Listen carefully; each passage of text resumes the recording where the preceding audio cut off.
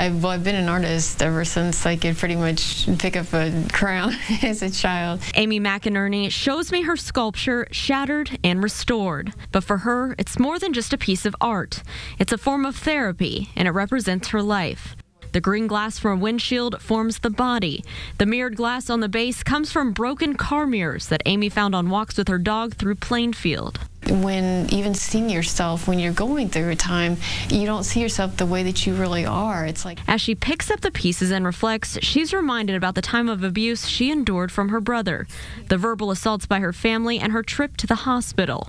But putting the pieces back together reminds her she is strong. No matter how broken you are, how shattered you are, it can come back together, and even when it's rebuilt, a lot of times it's more stronger and more solid. She says a close friend and co-worker helped her to get out of that situation. It was so good having somebody there as like a rock, like a foundation. She also needed help after getting out to repair the damage she felt inside. So she went to Beacon of Hope, a crisis center in Perry Township, serving victims of domestic violence and sexual assault in central Indiana.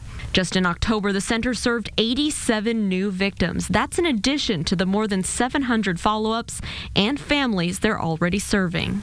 So sometimes it can be very hard to know if someone is in a situation. You know, it impacts 1 in 4 households. And so, you know, someone that you know likely is impacted by domestic violence.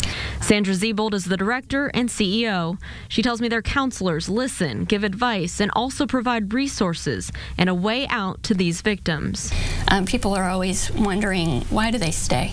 There's a lot of victim blaming surrounding those things, but there are so many barriers to why people stay. Many stay for fear of their pets. That's why Beacon of Hope has a foster program for their animals. They also partner with local police departments, so while the officers deal with the perpetrators, they can help the victims. Lauren Casey, RTV6. And we learned from Beacon of Hope that abuse often comes in cycles. You may notice some different behaviors from a person over a period of time. Listen and be supportive. You can also call their crisis hotline and ask for advice.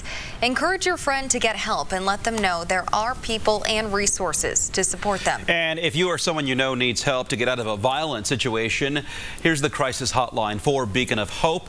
It's listed on your screen right now. It's 317-731-6140. We also have more resources for you on the RTV6 app.